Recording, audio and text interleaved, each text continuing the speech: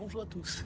Donc aujourd'hui, c'est la deuxième lecture de l'histoire de l'Albanie des Albanais, de l'Albanie et des Albanais. Et je ne dirais qu'une seule chose proprement géniale. Il s'avère que le fait de chercher à m'instruire sur Cisé sur l'histoire entre autres de son père et je pense dans l'avenir de sa mère, m'aide énormément à comprendre l'homme. Donc le père est natif du village de Weiss dans la région de Vlora. Et la particularité, c'est que c'est une ville, en tout cas cette région, a amené, si je puis dire, des comportements, comment vous dire, euh, qui font que comment vous dire, il y a un proverbe qui dit le pays avant le peuple, the land and the people, le pays avant les gens.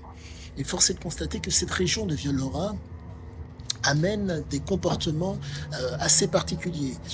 Pour ce que j'ai pu en comprendre, l'Albanie est un pays montagneux. Qui dit pays montagneux dit, entre guillemets, nécessité de pouvoir être autonome et, si possible, indépendant. Mais la problématique, c'est que cette autonomie est, je ne dirais pas problématique, mais est difficile. Comprenez que être autonome dans un milieu montagneux est, comment dire, physiologiquement est plus ou moins possible. Mais le problème, c'est que vous avez besoin de manger et il vous faut donc récolter pour semer. Donc, vous êtes tributaire de nombre de choses extérieures à votre personne. Vous pouvez avoir les capacités d'adaptation au milieu, mais il vous faut à tout prix la nourriture adéquate pour pouvoir tenir dans le milieu. Ce qui fait que psychologiquement, vous avez les Albanais, en tout cas les Labs, puisque le père fait partie de la peuplade Lab, ce sont des gens, si je puis dire, qui ont un taux d'adrénaline qui est très très bas. Ce qui fait qu'ils sont, je ne dirais pas résistants, mais ça explique nombre des comportements. Par exemple, Ziké parlait du fait de ne pas montrer sa faiblesse, de ne pas être un déviant. La raison en est très très simple, le fameux visuel. Les Albanais donc ont besoin de cette force pour pouvoir tenir dans un milieu dit hostile. Si par malheur vous montrez votre faiblesse, car malheureusement vous avez une faiblesse qui est apparente, la problématique, vous risquez d'être écarté. Tout est question de variation, tout est question de cycle. À un moment donné, le faible du moment peut être l'homme fort à un autre moment. Donc force est de constater que l'Albanie, sur le père certes, mais sur Ziké entre autres, a eu aussi son impact. Il faut savoir que dans les années 90, Ziké donc est allé voir la terre de ses ancêtres pour savoir de quoi il était fait. Et j'ai l'intime conviction que ça l'a réellement, comment vous dire, impacté au plus haut point, car il a pu, de par le fait qu'il a pu voir sa famille, entre autres, il a pu voir que, en tout cas les gens de son village, il a pu voir les raisons qui font ce qu'il est.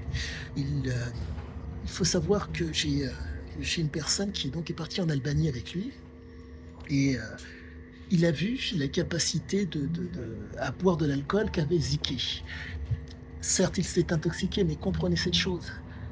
Ziké est un jouisseur. Qui dit jouisseur dit homme qui prend plaisir sur le moment, pas après, pas avant, sur le moment. Et ça explique nombre de choses. Et ce qui explique que, au niveau hormonal, le taux d'adrénaline est très très bas, ce qui permet donc d'avoir un taux de noradrénaline qui va être très élevé. Pour faire simple, s'il n'y a pas d'intensité, il n'y a pas de plaisir. Et donc, le bouquin explique que l'Albanie, donc, étant située, pardonnez-moi, est un pays qui cherche à être autonome et indépendant. Mais la problématique, c'est que vous avez des voisins. Et comment vous dire, c'est toujours la même chose. L'approche culturelle que vous avez dans un endroit, si vous êtes sur une île, ça ne va pas poser plus de problèmes que ça. La problématique, c'est que ce n'est pas une île, c'est sur un continent. Donc vous avez un voisinage avec lequel il faut, si je puis dire, faire corps. Il y a en physiologie un adage qui dit que une cellule autonome dans un réseau est forte. Si elle est indépendante du réseau, elle explose. D'où la fameuse poudrière des Balkans, pour que ça soit d'autant plus visible pour tous. Et j'ai l'intime conviction que vous pouvez arriver à comprendre nombre de, si je puis dire, des mots Ouais, MOT simple, de facile. Ziké ainsi que des mots MAUX de Cydia Ziké. Et je suis extrêmement content car plus j'avance dans la compréhension du texte, plus je ne dirais pas que les éléments deviennent créés en vérité, mais on est réellement face à quelqu'un qui ne pouvait faire autrement. Il ne nous a pas menti, il ne nous a pas induit en erreur. Et je suis vraiment extrêmement content de vous dire que les écrits vont être qualitatifs. Je dirais qu'une seule chose, en tout cas trois éléments qui sont nécessaires pour comprendre l'homme. Le fait d'exprimer, le fait d'exercer et la fameuse expression. En physiologie, ce triptyque s'explique de la façon suivante. Vous avez des capacités. Elles ne sont pas, vous n'êtes pas forcé de les exprimer ou de les exercer.